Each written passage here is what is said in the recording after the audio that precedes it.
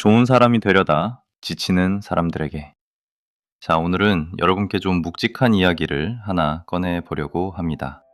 강의실에서, 연구실에서, 그리고 수십 년간 수많은 사람들을 만나오면서 제가 반복적으로 목격해온 장면이 하나 있습니다.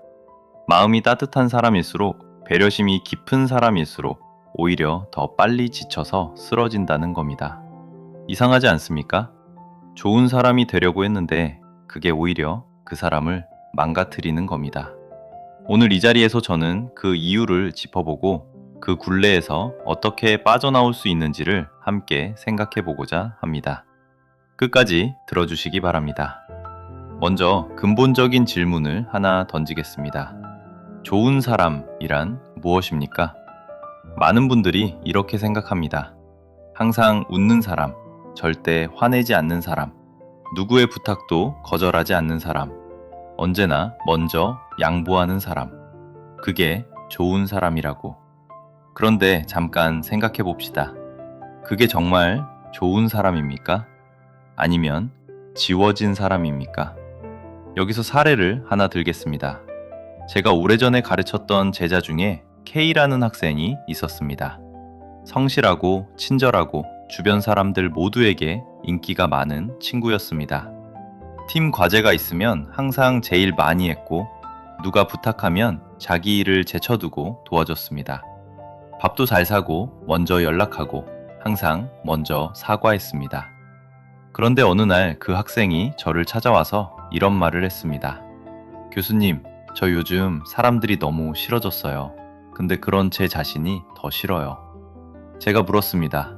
왜 사람들이 싫어졌냐고. 그 학생 대답이 이겁니다. 제가 이렇게 다 해줬는데 아무도 저한테 그렇게 안 해줘요. 근데 그게 화나면 안 될 것 같고, 화내면 제가 나쁜 사람 같고. 여러분, 이 학생이 나쁜 사람입니까? 아닙니다. 이 학생은 착한 사람입니다. 근데 착함의 방향이 잘못됐던 겁니다. 자기 자신을 완전히 소거하면서 타인을 채워 넣는 방식, 그게 결국 이 학생을 무너뜨린 겁니다. 독일의 철학자 칸트는 이런 말을 했습니다. 자기 자신에 대한 의무를 다하지 않는 사람은 타인에 대한 의무도 다할 수 없다. 굉장히 중요한 말입니다. 자기 자신을 돌보는 것이 이기심이 아니라 타인을 제대로 돌보기 위한 전제 조건이라는 겁니다. 그렇다면 왜 우리는 이런 함정에 빠지는 걸까요? 여기에는 몇 가지 뿌리 깊은 이유가 있습니다. 첫 번째는 어린 시절의 학습입니다. 우리는 어릴 때부터 이런 말을 들으며 자랐습니다. 참아라, 양보해라, 싫은 소리 하지 마라, 어른한테 대들지 마라. 착하게 굴면 칭찬받고 자기 의견을 말하면 버릇없다는 소리를 들었습니다. 이게 수십 년에 걸쳐 내면화됩니다. 그러면 결국 어떻게 됩니까? 내 감정, 내 욕구, 내 경계선, 이게 죄악처럼 느껴지기 시작합니다. 화가 나면 내가 나쁜 건가 싶고, 거절하면 내가 이기적인 건가 싶어집니다. 심리학자 에이브러햄 매슬로는 이렇게 말했습니다. 만약 당신이 의도적으로 자신이 될 수 있는 것보다 덜한 존재로 계획한다면 당신은 평생 불행할 것이다. 자기 자신을 억누르고 줄이는 삶, 그건 겸손이 아니라 자기 파괴입니다. 두 번째 이유는 인정 욕구입니다. 사람은 누구나 인정받고 싶어 합니다. 이건 지극히 자연스러운 욕구입니다. 문제는 그 인정을 얻기 위해 자기 자신을 희생하는 패턴이 생길 때입니다. 내가 이렇게 잘해주면 나를 좋아하겠지. 내가 이것까지 해주면 나를 인정해주겠지. 이런 심리가 작동하는 겁니다. 그런데 이렇게 쌓아올린 관계는 굉장히 불안정합니다. 내가 잘해주는 것을 멈추는 순간 관계가 흔들릴 것 같은 공포가 생깁니다. 그래서 더 잘해주게 되고 더 지치게 됩니다. 이것을 심리학에서는 과잉 수용 패턴이라고 부릅니다. 자기 경계가 무너진 상태에서 끊임없이 타인을 수용하는 것이죠. 세 번째는 죄책감의 함정입니다.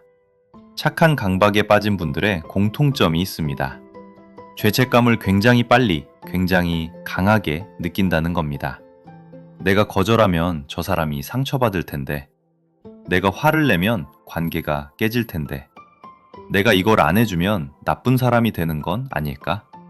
이 죄책감이 결국 자기 자신을 계속 갉아먹는 연료가 됩니다. 자, 이제 좀 더 구체적으로 들어가 보겠습니다. 좋은 사람이 되려다 지치는 과정에는 단계가 있습니다. 제가 오랜 시간 관찰하고 공부하면서 정리한 세 단계입니다. 1단계는 과잉 헌신입니다. 모든 걸 다 해주려고 합니다. 부탁을 거절하지 못하고 자기 시간과 에너지를 끊임없이 내어줍니다. 이 단계에서는 아직 보람도 느끼고 주변의 감사함도 받습니다. 그래서 계속하게 됩니다. 이 단계는 내면의 분노입니다. 어느 순간부터 뭔가 억울한 감정이 올라오기 시작합니다. 나는 이렇게 하는데 왜 저 사람은 안 그럴까? 나만 손해보는 것 같다는 생각이 드는 겁니다. 근데 이 감정을 표현하지 못합니다. 표현하면 나쁜 사람이 될 것 같으니까요. 그래서 더 억누릅니다. 3단계는 완전한 소진입니다. 번아웃이라고 부르기도 합니다. 아무것도 하기 싫어집니다. 사람이 만나기 싫어지고 연락이 귀찮아지고 심하면 무기력증이나 우울증으로 이어지기도 합니다. 스위스의 정신과 의사 폴 투르니에는 이렇게 말했습니다. 가장 위험한 피로는 육체적 피로가 아니라 자기 자신이 되는 것을 포기했을 때 오는 피로다. 굉장히 날카로운 통찰입니다. 몸이 지친 게 아니라 나 자신이 지워졌을 때 오는 피로. 그게 가장 회복하기 어렵습니다. 여러분은 지금 어느 단계에 계십니까?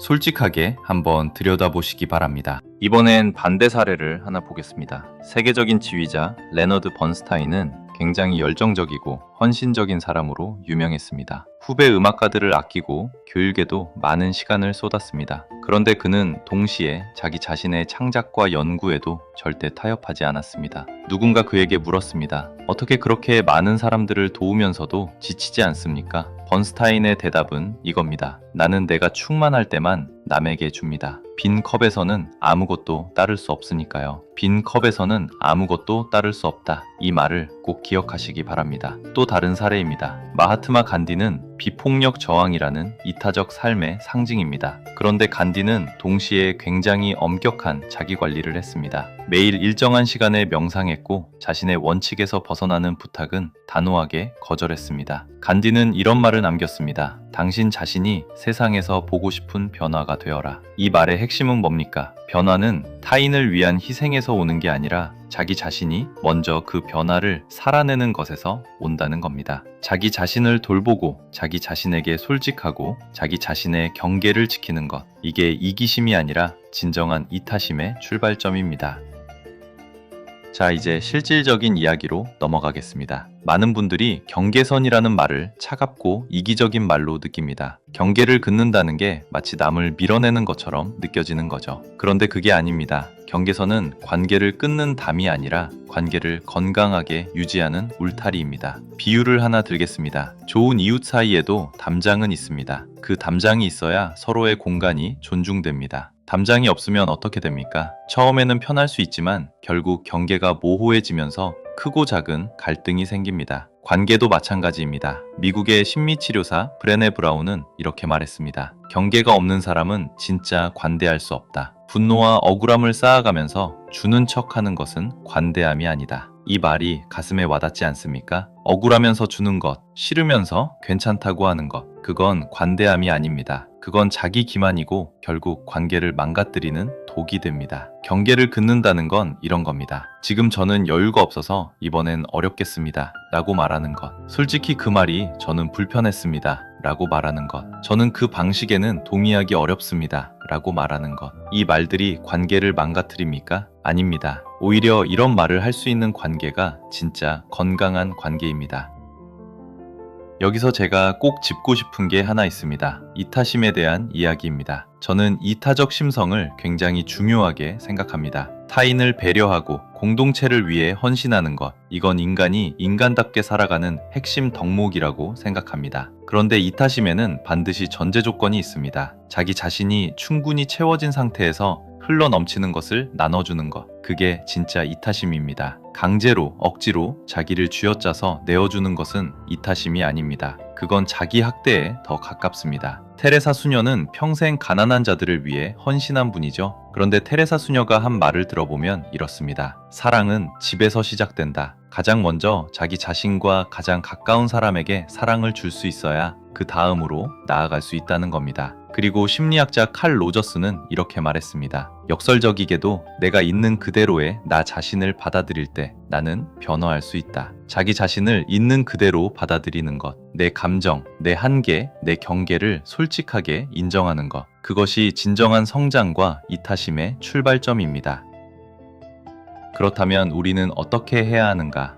자, 이제 구체적인 이야기를 해보겠습니다. 지금까지 문제를 진단했으니 이제 어떻게 나아가야 하는지를 말씀드리겠습니다. 첫 번째, 내 감정에 이름을 붙이는 연습을 하십시오. 감정을 억누르기 전에 먼저 그 감정이 무엇인지 알아야 합니다. 나 지금 억울하다. 나 지금 화가 난다. 나 지금 지쳐있다. 이렇게 자기 감정을 인식하고 명명하는 것만으로도 감정의 강도가 줄어든다는 연구 결과가 있습니다. 감정을 없애려고 하지 마십시오. 감정은 없애는 게 아니라 다루는 겁니다. 두 번째, 거절 연습을 하십시오. 처음에는 작은 것부터 시작하십시오. 별로 먹고 싶지 않은 음식을 저는 다른 걸 먹겠습니다 라고 말하는 것부터, 별로 보고 싶지 않은 모임을 이번엔 참석이 어렵겠습니다 라고 말하는 것부터. 거절이 죄가 아닙니다. 거절은 자기 자신을 존중하는 행위입니다. 링컨은 이런 말을 했습니다. 모든 사람을 항상 만족시킬 수는 없다. 이건 체념이 아닙니다. 이건 현실에 대한 정확한 인식입니다. 모든 사람을 만족시키려는 시도 자체가 처음부터 불가능한 목표라는 겁니다. 세 번째, 관계를 질적으로 바라보십시오. 여러분 주변에 있는 관계들을 한번 돌아보십시오. 만나고 나면 에너지가 채워지는 관계가 있고, 만나고 나면 에너지가 빠져나가는 관계가 있습니다. 모든 관계를 똑같이 유지해야 한다는 강박을 내려놓으십시오.